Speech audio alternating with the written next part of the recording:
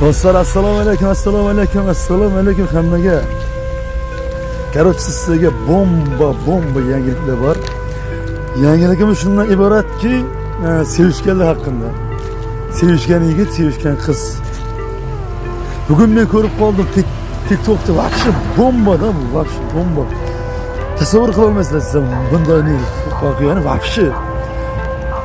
Yigit bilan qiz короче sevishgan, 1 yil 2 yil sevishganlar. Короче yigitning to'yi bo'layapti boshqa bir qiz bilan. Вообще bomba-da. Qiz to'yga kelib yigit to'yini buzmoqchi. Qiz qanday sharmandachilik. Qiz masalan o'zining obro'yi bor, nomusi bor, sha'ni bor. Qizning otasi, enasi yasana yo'qmaganda вообще da bu qiz ham tentakda endi yosh qiz. To'yga kelib kuyov bolani kelib siltilab yotdi. Sen nechun uylanmading? Nechun yaqin uylanyapsan? Короче, noga bunday bo'ldi, nechun bunday qo'ydi? Men ko'rib вообще tentak bo'lib qoldim вообще. Qizlar ham вообще qizlara do'qpanmi, bilmasam bo'ldi. Zamoniyat o'zgarib ketdimi, ters bo'ldimi?